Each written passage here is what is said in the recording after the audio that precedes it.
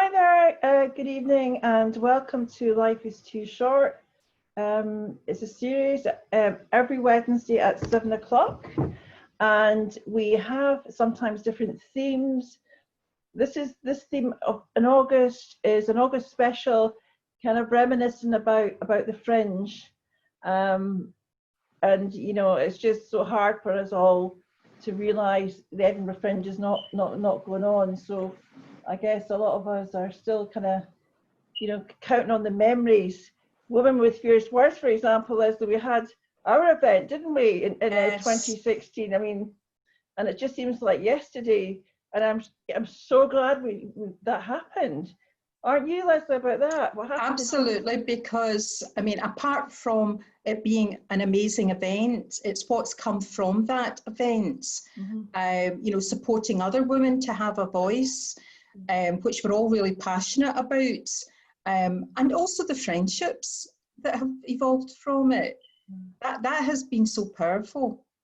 Oh my gosh, it has been unbelievably powerful. It really has, and it's sustained since, I mean, this is now what, 4 years later, and of course you look at Facebook and all the pictures keep coming up, and we're all still so supportive of each other. It's quite extraordinary, and I think that's it. I mean, from the very start, it's that support, not just for the work, because we share work and, you know, we get feedback, but on a personal level as well. And that's been fantastic.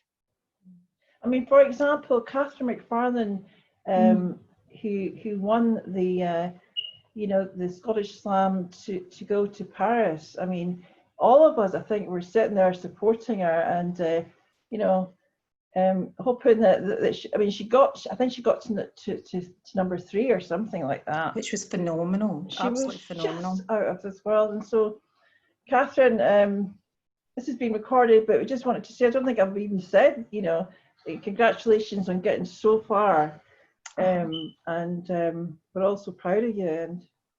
And Carla with her radio show, I mean, supporting, you know, poetry in Scotland and beyond, that has really grown and grown.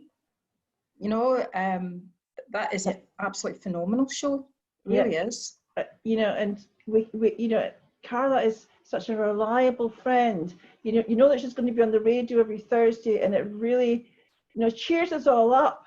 You know, we should maybe say what the name of the show is. It's Express Yourself on Sunny Govan. That's what it is on a Thursday night. And it's, please tune in because you'll hear phenomenal poets and great music. This is Wednesday, so tune in tomorrow, folks. Sunny Govan Radio, and I don't know the width of the band. 94.8, and that's a guess. That could be Radio Scotland, I don't know, but I just 94.8 has come into my head, but it's Sunny Govan FM. So Carla's actually been on this show. She was on the show like a few weeks ago, and she did I love to hear her poems, you know, when she's on. So and I like that one. She did one about the spider, which that's wonderful. I like that one. And she does serious poems, she does fun poems. So we'll have Carla on hopefully another week, unless she comes on tonight. We might expect other people coming on tonight. Angie Strachan was absolute delight, wasn't she, Blair? Last week, wasn't she? She just came on, and we heard some extraordinary, well, three poems, and a little surprise that she's actually putting together a book. Not surprised. Her own book, and I shouted out, you know, are there any publishers, any editors out there, because you'll never go wrong, you know. Oh gosh, no. Angie Strachan. But this time last year, Carla, Angie and myself were on the spoken word stage at Belladrum. Oh, that's right. And Catherine was there as well, taking part in the slam. And she won that slam, which took her to the Scottish. I mean, we are everywhere. Women with fierce words are everywhere. And even if you're not a fierce woman, you want to be one. But yeah, we had an absolute crazy time up at Velodrome, and it was scorching weather. It really was nice. Again, you know, so those photos come up, and it's just amazing, like to see that. And as you say, that led to Catherine, you know, going to Paris and competing in Paris. So, you know, there's a lot of you know, good going to happen ahead, isn't there? Because there's been a lot of good happening in the past and in the present. So we have to look forward with positivity to the future, and it will happen, won't it? I think so. So, I mean, last night, Lesley and I actually went to the Edinburgh Writers Forum. We went on Zoom, and we were pleased to listen to Catherine Simpson. Wonderful. Who has, you know, she was absolutely brilliant.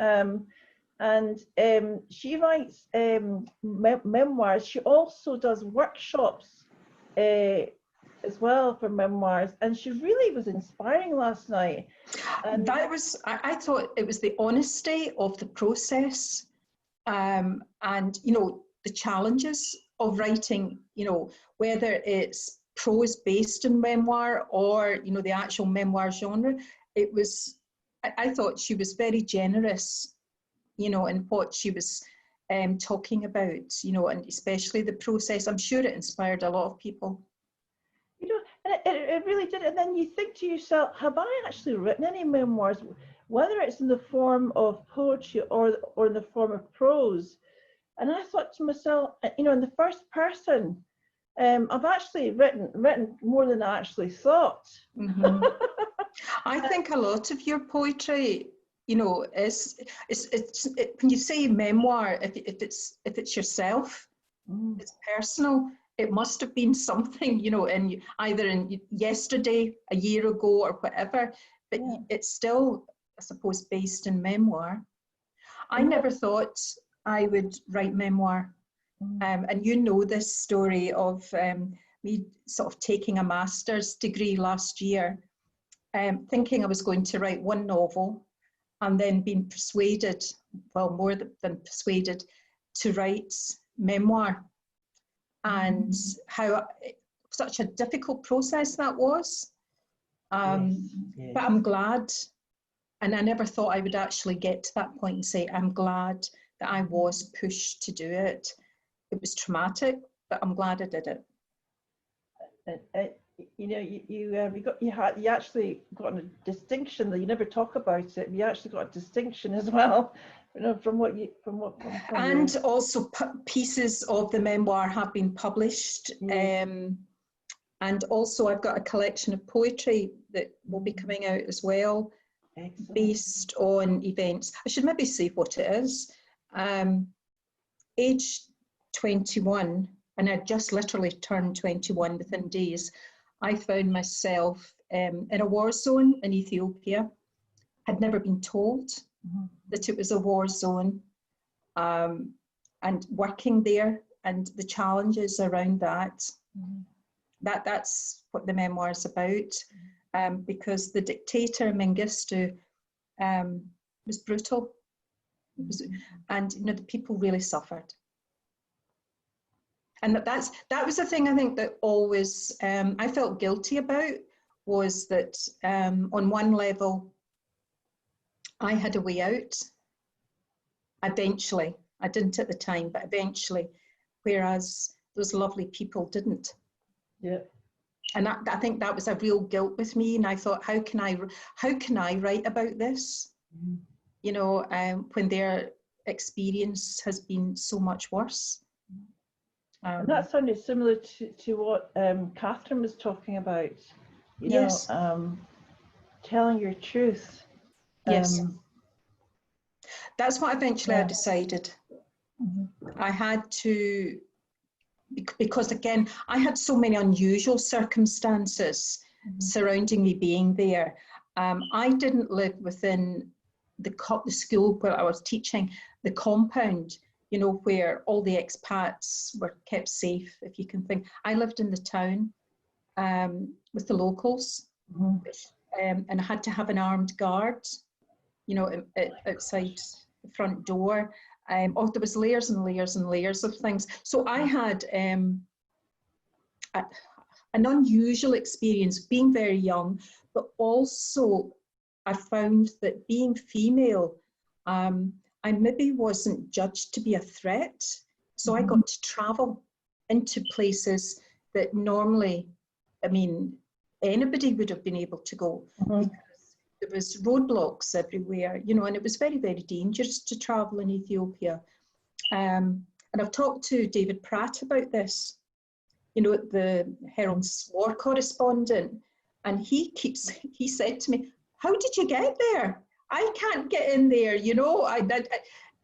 So it was interesting to be able to discuss things like that. I mean, what do you think yourself there? Was he the communist dictator, Mengistu? He was basing it on this weird mix of, there was Cuban soldiers in the capital, but there was also a Russian and a Chinese presence. It's a real hotbed of intrigue, to be perfectly honest. There was a lot. Eritrea was trying to break away, wasn't it? That was the thing that was happening. Well, there were several things. Mengistu had never trusted anybody, so there was a lot of internal strife, but there was also the civil war with Eritrea going on.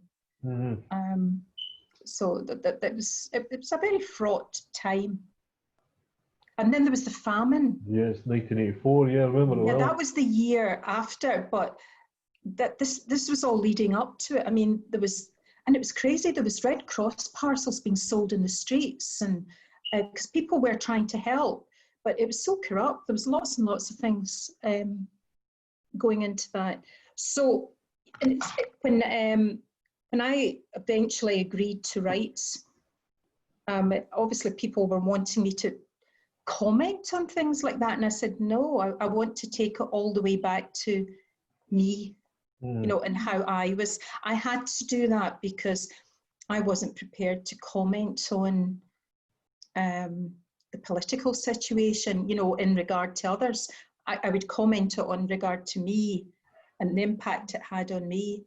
And that was my way out of being able to write. Well, I think you've certainly inspired me, because at 21 I was actually living in Caracas, Venezuela. And although it was a completely different scenario, however, there are a lot of stories to tell about my my time there, you know, it's got me thinking that, and actually Catherine as well, got me thinking, write things down. As soon as it comes into your head, write it down, you know. Absolutely. And that's how the process for me, because it was so traumatic, and I think, to be honest, I would have to admit that I maybe had PTSD, but I was getting flashbacks. But I thought, right, okay, let's write those out and write them down. And that's how I coped, to be honest. And then even though I didn't include everything that I was getting in the book, it helped me to write about other things. But it was traumatic. I mean, I was getting flashbacks. Now, you say that you're bringing out a book quite soon. When's that happening with your memoirs? The poetry will probably come out first. To be honest, I would say that during lockdown, I couldn't write. I couldn't do anything, even though you think, oh, there's an amazing amount of time.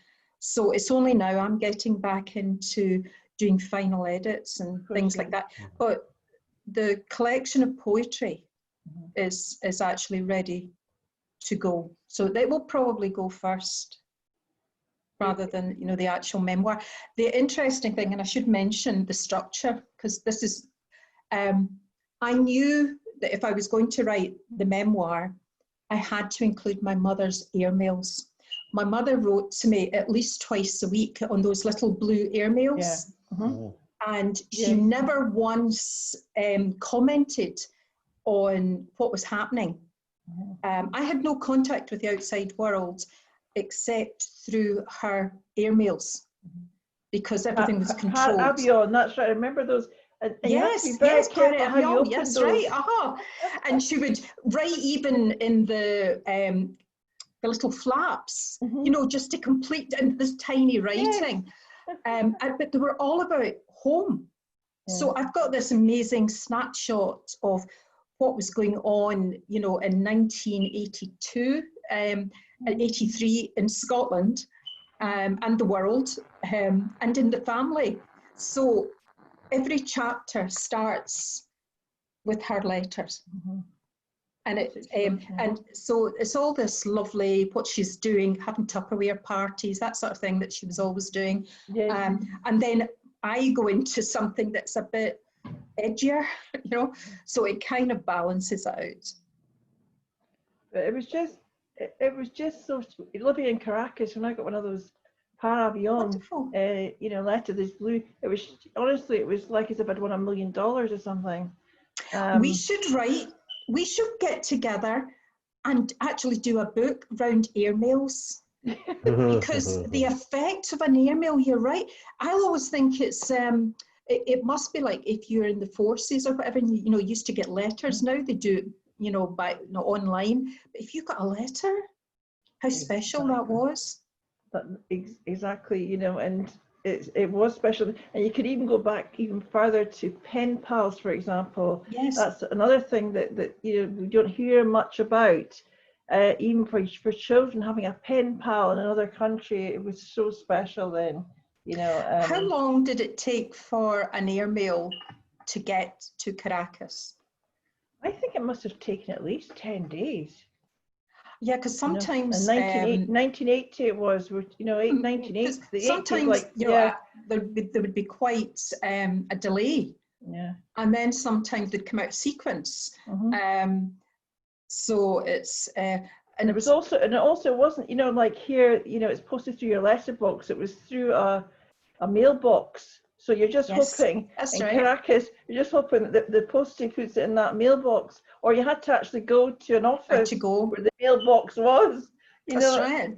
And there was, and you, well, the other thing I had was I never knew whether they would keep my letters. Or my mum used to send, like, you'll love this, she used to send the Sunday Post. I don't read the Sunday Post, but there was a reason for it. You know, one of those newspaper wrappers that you can get, you know, you can get a newspaper, put a wrapper around it for posting. Yes. Right? So she used to slip in a pair of tights into the Sunday Post, because it was like war. No, sort of like, well, it was a war zone, but the other weird thing where I was in Addis Ababa, it actually could get quite cold. So a pair of tights was like gold dust. It was fantastic. And so I never knew whether they would be taken. So she used to hide them inside. They thought her thinking was they'll never regard a Sunday Post as important, so they'll never check. She was crazy, honestly. The things that she used to send me, all these weird parcels of things, you can go, what on earth is she thinking? Yeah. But she was clever. She would put things in that she knew would be attractive to you know, the security, like makeup, because that used to get stolen. Right. And then she would put other things in, you know, that could maybe get through. So she was very clever about the parcels. I know. Honestly, you know, when I think about it, I relate to it very much, as I say, living in Caracas, because I mean, the journey was like 8 hours away, you know, to UK. So, and I lived there for 9 years. So you relied very heavily on your mum. Well, my mum, in my case, sending parcels and things that you missed, you know. So it's, oh gosh, yeah. Really, we have to do something, because I think it's it would be interesting to other people as well, or it would start to trigger something with them. Exactly. I think people, it would. It's going to trigger a lot of people's memories, you know, from that era, if you like. And actually, we're going to actually read a few memoirs, or a few poetry, a few memory poems or prose today. Hmm. So I hope you enjoy. And you know, if you want to come here next Wednesday, we'll continue again, because this is just so interesting. I'm not going to tell you my age. However, I've lived a very full life in Scotland and abroad, and even if you're younger, there's so many adventures that you probably already had. And so please write your memories, and that's what we want to hear. And we'll continue this next week. I'm going to start off with one. It's called Any Old Rags. Now this might indicate to you how old I am. But hey, I'm proud of my memories. I'm proud of my time that I had. And this is called Any Old Rags. It's probably my earliest childhood memory, to be honest. Dice Crescent they did come to my old housing scheme in Gilmerton. Rag and bone, ice cream, fish, milk and coal vans came our way. Big supermarkets were not yet planned. Only visits in the 60s by the man. Music just in the distance was heard by my brothers, sisters and me. I knew soon we would see the good old ice cream man. 99 cones and oysters, oh, I so love to eat. For a 7-year-old and for a sixpence, it was always such a fantastic treat. As long as we had a shilling left over for the electricity. Well, the fishman, he cried out loud, "Fresh fish is here, now get it for your tea." "Oh yeah, Mum, I'd like that, please." Haddock he covered in breadcrumbs, and it only just took a wee while, and he always gave us a really, really cheery smile. Now, the rag and bone man would then appear. With an old horse and cart he came along and sang as if he was at the opera, the special song. Any old rags, any old rags, any old rags. And like the Pied Piper calling them, children soon then appeared, but it was a big temptation in exchange for a balloon and a prize, and all for a great big bag of tatty bags, tatty rags. The best for me was a sooty-faced man with a dirty big bag and enormous hands. "Baggy coal, baggy coal, baggy coal," he cried out so loud. And this was the answer we always replied. "Yes, over here, mister, we're looking for two." And no sooner said than was done. A big bag of coal was thumped to the ground. But we all knew for the next week or two, our house would be warm and cozy and have a really nice, lovely bath. Hey. My first recollection. I know. But you know, you're saying that, you know, with the coalman, where I lived, which was quite rural, when you did a flitting from one house to the other, it was the coalman that did the flitting, you know, because he had the flatbed lorry. And all your households, I mean, the whole household went on, and children, by the way, as well, were going to the flatbed, you know, and you're maybe only moving like 100 yards down the road because it was a small place, but it was the coalman that did the flitting. It was quite a big feature in our lives. And you know, it was true because it's the coal fire. I mean, okay, it was probably, you know, it was sort of towards the end of the 60s, and it was probably, you know, more electric fires and stuff, but we still were using coal fires at that time. Right, Blair, would you like to read your one from school? Yeah. There you go. This is a recollection of my school days. It's called Fife Tales. You've heard of, remember a programme called Border Tales from like Lavinia Derwent? She sat in a comfy chair, giving happy recollections of life in rural life in the border. You should do that, Blair. This is Fife Tales from Methil. I went to school in Kirtland High School in Methil. So anyway, it was basically a registration class with registration every morning, as you probably did. And people came in late and would slam the door and sit down and annoy the teacher anyway. Yes. When coming into registration, much the teacher's consternation, into classroom the latecomers strode, without a hint of apology they showed. Where have you been? The teacher roared. Come out the road, they crowed. We're all coming out the road, said the teacher, they loved to goad. This routine continued a while. The onlookers had to suppress a smile. Where have you been? The teacher said to a boy. His reply, I'm sure, was designed to annoy. Walking my dog, he said with a shrug. We'll do it some other time. We'd committed some crime. Then in came a boy, especially late, like some mere traveller who'd missed the last gate.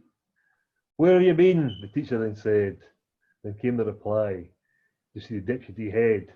Ooh, said the class, with mocking glee. Why, asked the teacher, was he sent to the deputy? Playing truant, sir, was the reply. Ooh, said the class, once more did cry. One more tale of many from the old high school, with memories happy and some not so cool. The end.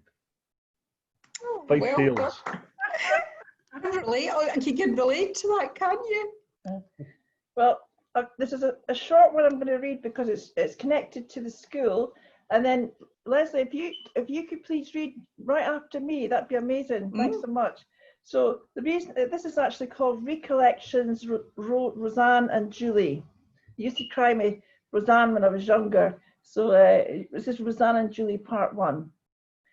Rosanna and Julie at 11 discovered one another racing in the corridor at the annex school while blowing gum bubbles pink and big. Chasing their troubles far away, drama did. Sweet, tough girls became forever friends and epic journeys began. Lessons existed, but they hardly ever listened. The world was much too full of laughter and sex. At 16, Paris was to come. Julie and Rosanna tied their hair together in geography class once, easier than spilling blood like the red Apaches did. Forever, what we sadly lose, and as the seasons change, it was always in ourselves and in each other, where we will find a vivid recollection. Hey. God, school days, not going there. School days. Catherine Simpson, we have to thank you for this. I know. Blame her. Blame her. What was the song? It was long ago and far away, as it said in the song. The paradise with dashboard light, long ago and far away.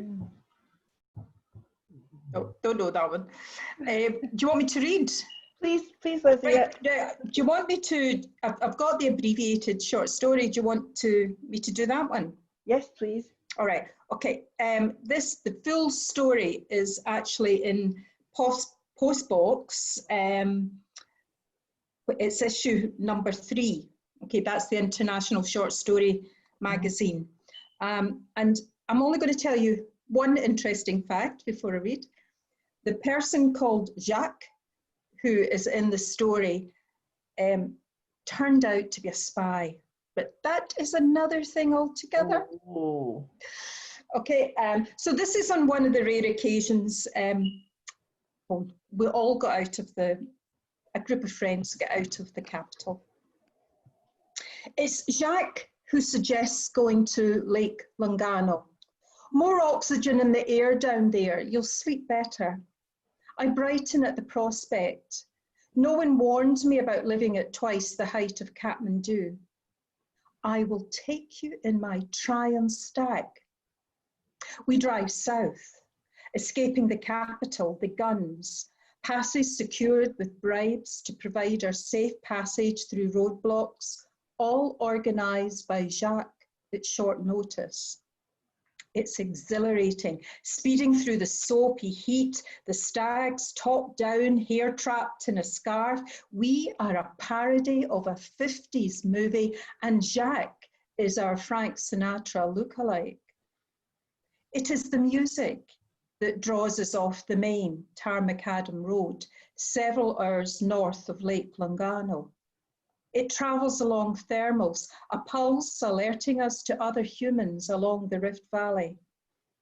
We bump along a track that looks more like a dry riverbed, is a dry riverbed, Large round stones hit the underside of the car with regularity. Jacques doesn't bother, so no one else does. The music is our compass, and we emerge into a clearing surrounded by acacia trees. Under one, a few thin sheep with long droopy ears are corralled within a simple enclosure of a barbed acacia branches. A young boy squats in the shade and guards them, prepared to ward off anyone who would steal with his long pole. Nearby, several tents are grouped together. The larger is ornate, decorated with yellow tassels hanging off jewel-coloured cloth strips. The banners reach all the way to the ground, and the colours blaze in the beige surroundings of earth and trees, as if an artist has used every vibrant colour he possesses to paint the tent. Here is the source of the music. Verano, Jacques has identified which caste of Oromo people are here. Good or bad, Jacques whispers. High caste. I have no idea what this means. The young boy with the sheep leaps up and returns with a man with a rifle slung across his shoulder. He shoves the boy towards the colourful tent's entrance with a message. We disembark, aliens from a shiny green machine. The music stops and the occupants of the tent emerge. I search for the presence of any women, but only men or boys stand in front of us. I am hesitant to call them a tribe, but that is how they appear. This is not their permanent home, and I wonder where their village is along the Rift Valley. Back, poker straight, one stands above the heads of the other men. His spear is his mirror in both height and casual warning. His warrior brothers flank him one pace behind. He must be unusually young for the burden of leadership, for he can be no other but the leader of this group of people. They listened to Jacques' explanation for our sudden arrival. At the mention of Ferengi, the name used for all foreigners, their heads turn as one to scan us Western women. I'm glad that we still wear our headscarves. I'm not sure of the proper social or religious conventions so far out of the capital. I decided now is not the time to ask Jacques any questions. Their leader is talking. This handsome man's intelligent eyes wait for Jacques to translate. We are not acknowledged or spoken to. A wedding. Jacques grins at our good fortune. This is the father of the groom. His son has gone to collect his bride from her village a few miles away. Jacques' ironic eyebrow twitches. I reappraise this youth. Man, mentally do the arithmetic. We have been invited to share a meal with them. It is an honour, and we shouldn't refuse. Jacques is already accepting the invitation. The expats at the British Embassy Club would call it a marquee. This man welcomes us into his temporary home as guests. We tentatively enter his world. The relief at getting out of a noon sun is immediately replaced with concern at not passing out in the smoky, hot atmosphere of the tent. We're invited to sit on large, colourful cushions either side of the father of the groom. No sign of the groom's mother, but I have found where some women are located. A few elderly women sit on cushions flanking another entrance. 4 younger women stand at the far side of the tent, and I wonder if we are now occupying their seats. The men we encountered outside now take up other cushions so that we form a circle around a wide, low table. The hypnotic rhythm of traditional Ethiopian music restarts at a flick of our host's wrist. It repeats on itself so that it becomes the heartbeat that we responded to on the main road. A woman comes and moves a long metal hookah closer to Jacques. I hope it's only tobacco they're inviting him to smoke. I've noticed several men are chewing chat. As a chemist, I know that the green leaves contain a natural amphetamine similar to cocaine. Dishes of food paraded on the heads of young girls appear and are placed in the middle of the table. No cutlery, but I rather enjoy using injera to swipe up the food. Its damp, grey, aerated surface always looks unappealing, but it is very efficient. You must use your right hand to eat with, never your left. That is for when you go to the toilet. As this is a feast, there are several meat dishes, probably yabag wat, considering the sheep outside, and I recognise doro wat, a spicy chicken stew with whole, hard-boiled eggs, often served at lunchtime in the school. But there are other lentil-type dishes too. Politeness, then hunger, leads me to try several in front of me. Spices sear my throat, forming their own arid land. Jack offers me first tella, a home-brewed beer, then areke, a type of homemade gin to soothe my throat. When I shake my head, our host pours me a small glass of bright yellow tej, made from the honey of stolen hives, smoked off acacia trees. Similar to mead, it intoxicates, soothes in its sweetness. I smile my thanks. No bride or groom is at the wedding feast. We Ferengi are left to ourselves, excluded from long male conversations in Amharic. These are peppered with stolen glances from the men, full of as much heat as the food. Hypnotized by the throb of the music, lulled by the tej, I am lured into Jacques' trap. You have a high value. I cannot judge when Jacques is making fun of me, but I play along. Which is? A cart, a donkey to pull it, 5 sheep, and all the gold you can wear. Am I being bought? Offered a bride price, and all of this. The groom's father, or is he the prospective groom, waits for my reaction. His amber stare is uncompromising, a leader's confidence. I consider a life unknown. Is he serious? Very. 3 raised parallel lines sit high on each cheekbone of this prince, leader of nomads, and appear to make his smooth skin all the more beautiful. I consider the woman who sat here before me. I don't share, no matter the price. Another place, another time, we both acknowledge this. Then we should leave. That's it. That was when this absolutely gorgeous guy was trying to marry me. You know what I love the fact that we're recording, because we can sit and listen to it again in an armchair. I am like, honestly, I'm just like so engaged with it, and I want to sit again and listen to that, because it really, really, I mean, that's just an excerpt. I mean, you've got the whole. The full story is in the Red Squirrel Press, the post box short story. I mean, honestly, I felt as if I was there, and I really don't think there's anything better than listening to an adventure, Well, this is one of the nice stories. I felt as though I had to put in, because there were amazing moments, and at least I know my worth. I always say that. Exactly. I can actually say what I'm worth, which is interesting. And I think that's what we all should do. We should just, start writing down memories of situations. That's what we should start, begin to start doing, as you've beautifully read out there about that experience. We all have different experiences in life. I'm going to just read one. Actually,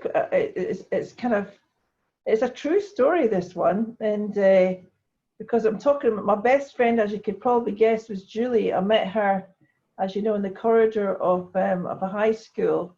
We never actually stopped laughing for 4 years. We didn't actually, I actually took my degree later on in life.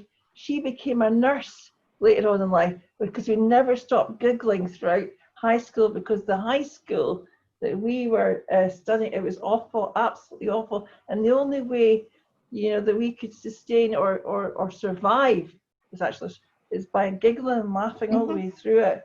And going to, and of course this one is in Edinburgh in the kind of 70s. We used to say, oh, that looks Barry. That's really Barry. I don't know, is that a Glaswegian word, Barry? I've never heard that. But in Edinburgh, that's what we used. Maybe some people will recognise it from that era. And so this is called. It was used an awful lot with bobber boys. I spoke about Clockwork Orange and, you know, the big wide denims and the bobber boots and things. Barry was a really in word at that time. It was obviously colloquial kind of, you know, local words, but we used it an awful lot. So I've titled this story Feeling Barry. The first time we went to a disco, I think we were around 15 in the 1970s, glam rock era.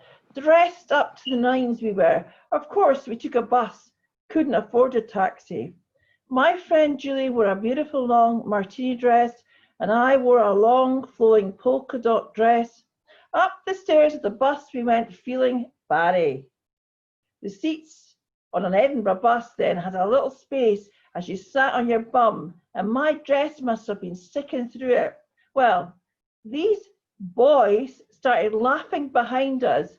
We ignored them, of course, and got off the bus at Tallcross, feeling like the bees in ease.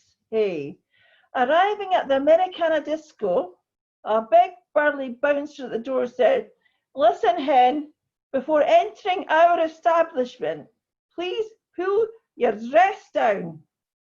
The bus boys had pinned up my dress, and I had walked at least 7 minutes to the disco, thinking that all those wolf whistles were because we were looking so glam. It was such a big embarrassment for one so young. Well, we walked into the disco and saw the two boys laughing in the corner, their mischief directed at me. I think the whole disco must have heard what had happened. 15 years old, mind, younger than my youngest daughter.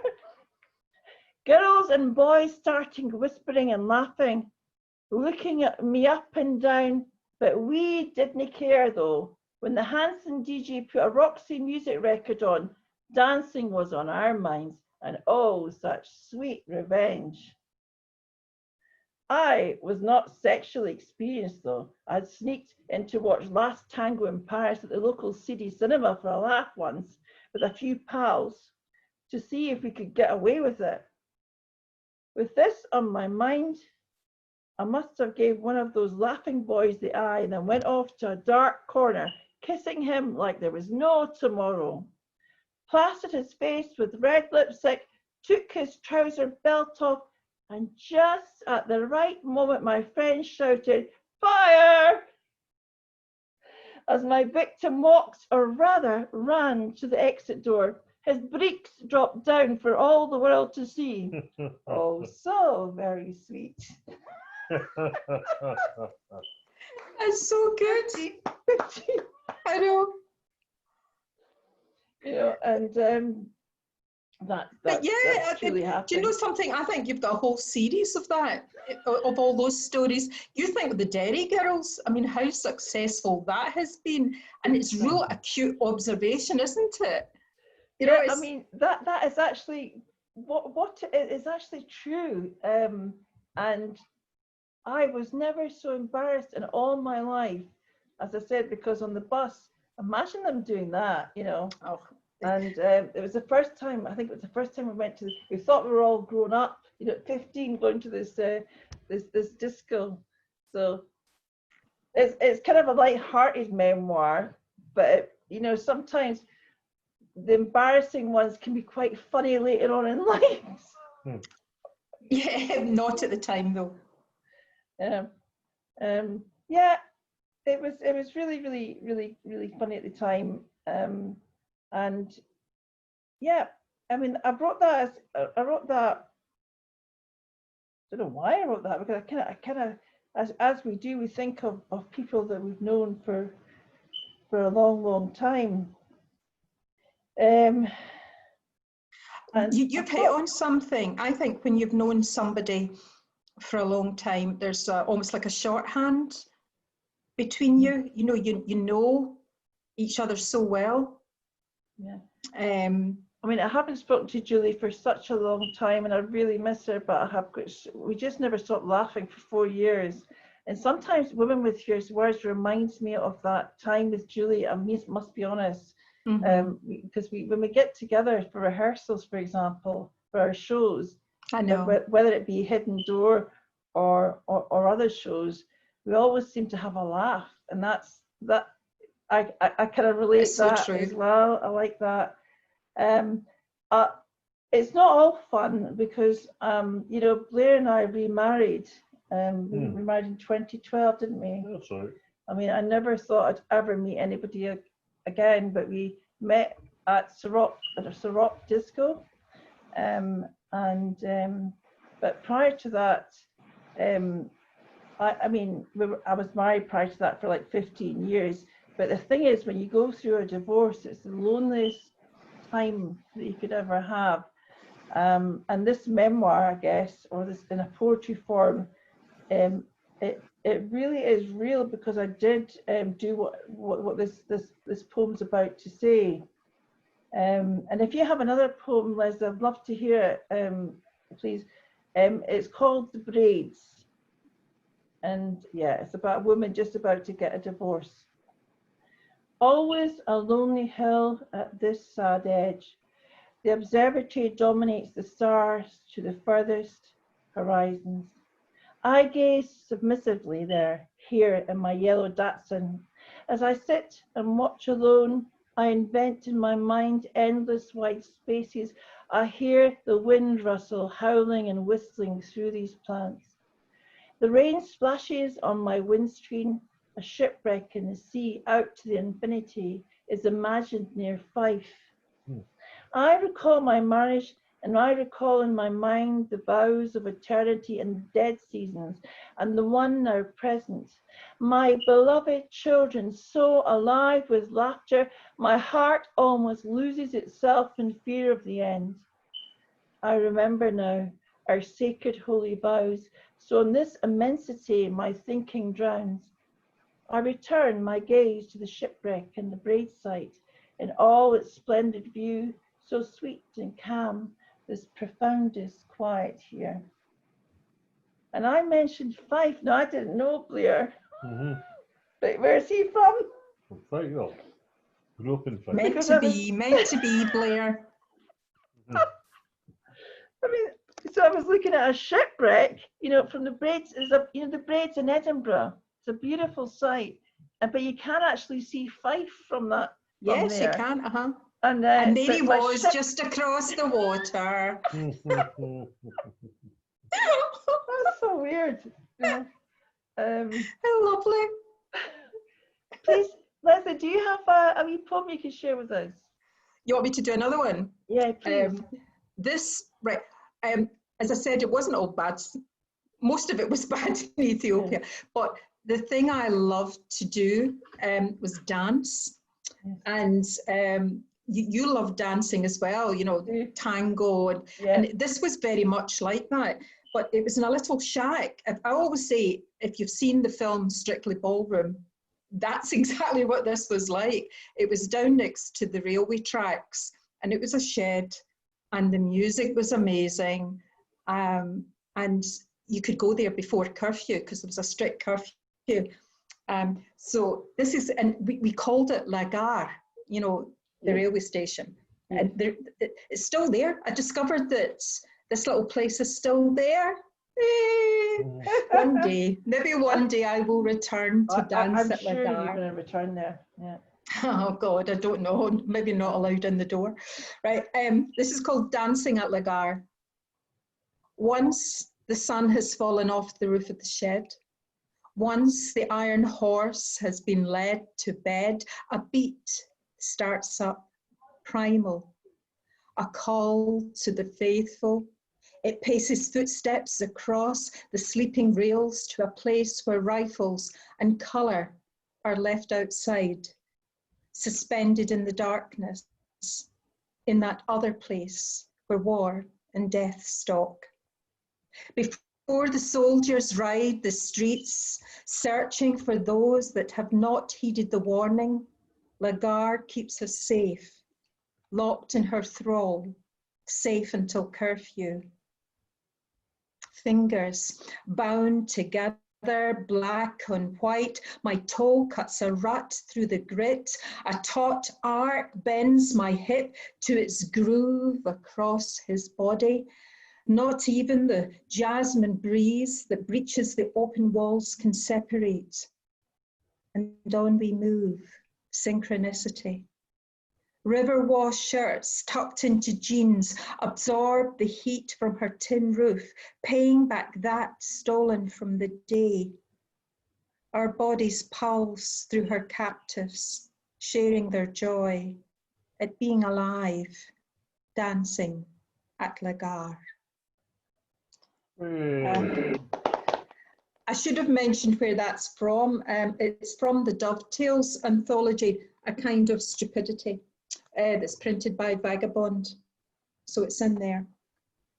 So I'm so proud to be actually in that book as well. Yeah, That is. really. Do you remember us at the Edinburgh Book Festival? Oh yes, I do. I honestly, I will never ever sold forget out. it. All the copies got sold out. That was a great day. Of course, the Edinburgh Book Festival, that actually starts, well, the 15th of August. But Lesley and I, honestly, how many people did we bump into that day? Oh, I don't know. That was a crazy day. That was a crazy day. It was great day. But that's what's really good about these festivals. They become very sociable, don't they? And as you say, Lesley, and and I'm kind of tearing up that nothing will replace our events, like going to a live event or going to the Edinburgh International Book Festival or the Edinburgh Festival or going to Glasgow, seeing people, I went to Glasgow, seeing people in the street playing the music and things like that, people gathering round and listening to me. You often see that in Glasgow when I got off the train, Well, I won't get sentimental, but it really... I think it will come again. I think when we... I hope so. I think we have to build up confidence, though. Yeah. I think that's a big thing, isn't it? Apart from the safety, it's the confidence to go and do this. Right. We're talking about post-traumatic stress. Now, I'm not saying that lightly. That's going to affect quite a number of people because people are scared to go out and get on trains and buses and even mask. I mean, I took my mother out today to get a manicure and a pedicure, and she wore this mask, and she really found it really hard to keep the mask on for any length of time, and yeah, I like we were saying, was it last week with Angie Strachan, was I think mindfulness, and that will come into play a lot more in the future. For example, with Martin Stepik as well. Yes. I'm a great fan of Martin Stepik as well. And I think we're going to see a lot more of that. And I think we should. I think we really, really should. If I can go to more workshops with that. Absolutely. I think I may have mentioned this before, but one of the most profound places I've ever read poetry, I was actually on a mindfulness weekend down at Samiling, the Buddhist retreat. Well, it's a Buddhist temple, and one of the nuns had died, and it was very, very emotional. But I was asked to read, and there were mindful poems to soothe people. Yes. And I've never had to read to an audience, and it was a big, big temple that's full of crying people, and my role was to soothe. That was, but that's where being mindful, I think, is very important. you know, trying to bring people to a moment, you know, just that moment to share. Yeah, I mean, we try our best, you know, through social media. I guess that's our link, our communication right now, because many of us are not working right now, one way or the other. We try to do it, but I think you're absolutely right that, you know, that is something we have to think about, think a lot more about, actually. Having more workshops in mindfulness. Yes, I think so. Because I could say, you know, find something joyful every day. Just something really. It might be just like I'm looking outside, and you know the light is going down, and it's absolutely glorious. You know, and you know it's so that little moment is a moment of joy. You know, or even this morning, I've got blackbirds trying to steal my blackcurrants at the moment. Yeah, But do you know something? I don't mind. It does. It's actually, for me, it's this blackbird, you know, looking as though it's got one over on me. It's hilarious, you know. So it's these little moments of joy.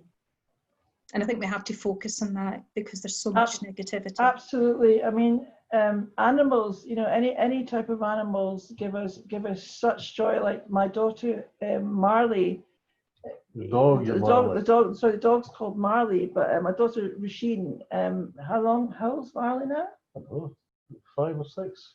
But it was just making us laugh, wasn't it, the other day? Just snapping at flies. There's a lot of flies going around, like, and things. It just makes us laugh, and they're so comforting, animals. So comforting. I have a wee poem, actually. It's actually about my other dog called Topaz. It was an absolute joy.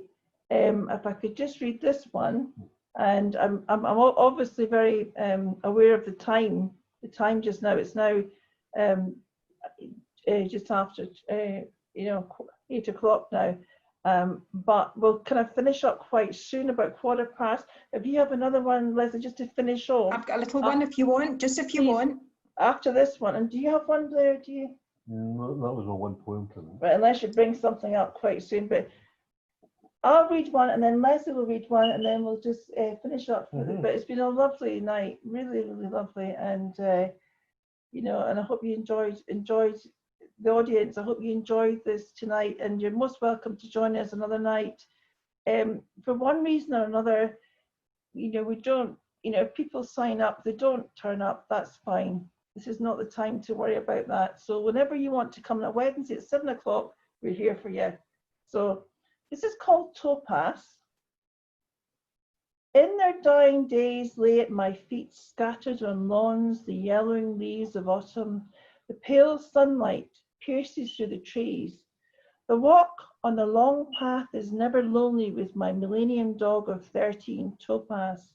Half Labrador, half Whippet, gentle nature friend with boundless energy and an insatiable appetite for stealing sandwiches. In these years when nature makes sparse soon, look, Topaz, we can run in the forest still, safe off your lead. I owe you a dinner, for you stayed with me when my hope vanished and I drank the dregs from a wine bottle, crying my long day. You are my honey pup, the learner rescued miracle, found in a box, they said. Maybe in a crowd, I do not know a soul, though you will always be my forever faithful friend. Do you know what that reminds me of? Nancy Lippold Ingram's poem about her dog. And we made a poetry film for the Hidden Doors. Do you remember that? And that was what it was about, walking in her garden with her dog. Do you remember that in the garden? So love that poem. Beautiful, so with amazing music as well that went with it. I'm going to finish up with, it's a poem, it's quite a recent poem, and it's about, well, when I was very young, because it was rural, we could run anywhere, but we were warned about a part of the river that was quite dangerous, and we were told that there could be a whirlpool in there, whatever. This is called the other side. To get to the far side of the river, to the sharp sloped side, the side with trees, we hopscotch slabs scoured when the river bubbles up, leap gaps big enough to catch a child. Long-stemmed spearwort traps our toes, slows our rush to the gap where a long-forgotten storm pulled a tree as neat as any dentist. Below, in the deepest run of the river, an inky smudge alerts where the riverbed opens, big enough to trap a coach and horses. Our mothers tell us of the night over 100 years before, when the river boiled, ran faster than a child fleeing. The Andersons ordered their coachmen across the slabs, wheels slipping, all pulled screaming into hell. On the other side of the river, on the sharp sloped side, we pulled down the rope tied to a high branch, the branch that shades our mother's warning. Dare each other to wrap our legs around the knot, swing out over the vortex, to glimpse a trapped coach and horses. Michael? Hey. Woo! Thank you. Thanks for a lovely night. Yes. Well, thanks very much for your poems. I think it's almost finished for tonight. Hopefully see you next week. And anyone else would like to join. So on behalf of Rose myself, upon the good night. Night. Night. Night.